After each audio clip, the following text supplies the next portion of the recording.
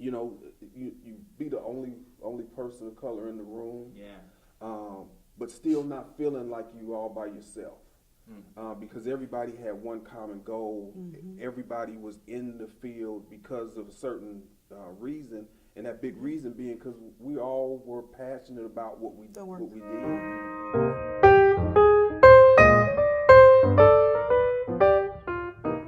You mentioned so you started off the adult residential center, and then in the field, and then now you're both directors. What's that experience been like, being promoted through the ranks? And then specifically, I know you mentioned that it's important to you as a person of color. What's that been, that experience specifically? Yeah, you know, I'm very proud of the fact that our department is very diverse in terms of people from all walks of life, socioeconomic levels, and especially very diverse group of staff that we work with. And I think that's good for our clients to be able to come into an office and see a PO that looks like them in every sense of that word. Same thing when I think about starting it in 1990 and walking around the courthouse and noticing there's not a lot of people who look like me, and how the county as a whole has grown to be such a diverse place.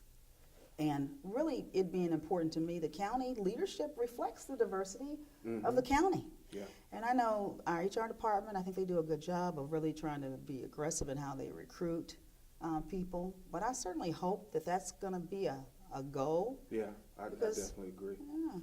You know, it was just, you know, opportunity, you know, for me. You know, like we were talking before, you know, when you look back and some of the places that you used to work, you know, not only is it not there, the business, because I started at the Jones store at Metcalf South. And Metcalf South's no longer there. The whole building's gone. You know, when we worked at our 63rd Street office over in Missouri, you know, the whole building's gone. So you think about, you know, when you first started, and, you know, Sharon, you know, like Sharon mentioned, you know, you be the only person of color in the room. But still not feeling like you all by yourself. Because everybody had one common goal. Everybody was in the field because of a certain reason, and that big reason being because we all were passionate about what we did.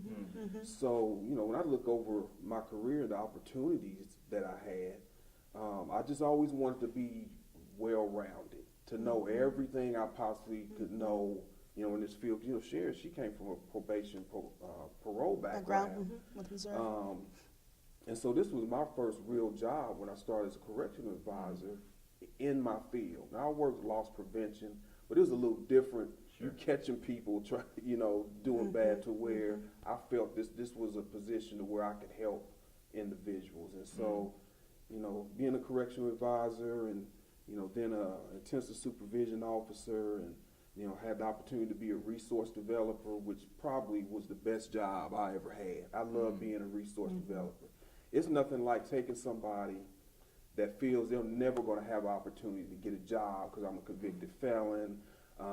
You know, I've never had a job before, but being able to work with someone, take them, they go in for an interview, they come back out and they got a job, and they just happy. I mean, that made, you know, that made my whole career of this is what I want to do. So it's amazing how many people that started along the time we did that are still here, that still have that mission, who still love and appreciate that work. My background being in social work, honestly, this was a perfect segue to work in this population, because you start seeing these folks, not just criminals, but people with mental health issues, substance abuse issues, folks who are illiterate, who need an opportunity at important resources. Millie Davis, a resource developer, she's been here like 30 years. She still has such passion for the work. And what we tell clients is allow us to partner with you. And if you allow that partnership, I guarantee you, if you get up every day, if you're unemployed, you get up 8 o'clock in the morning, you take a lunch, and then you stop at 5, within a week you're gonna have a job. Because between the support you get from me, our resource development team, it's gonna be okay, but you gotta do your part.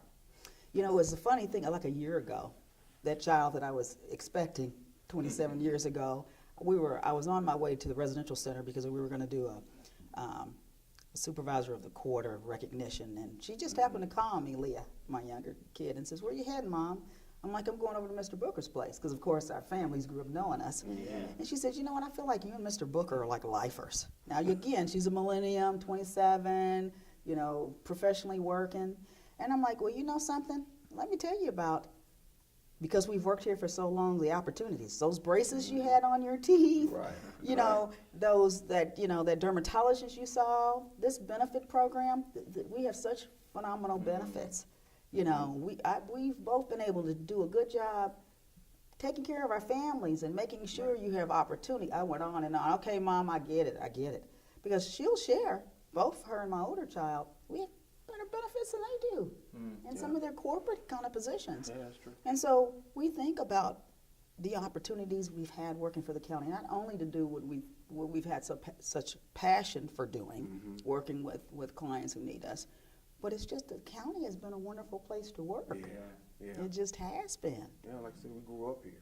Yeah. We grew up here. That's because when I started, I wasn't married, didn't have any kids, and you know now here I am now.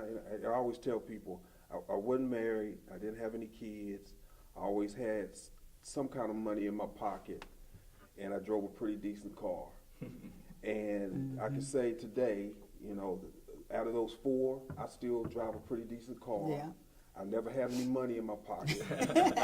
I got 3 adults in my house that I'm waiting to be an empty nester, and I've been married for 30 years to to my best friend.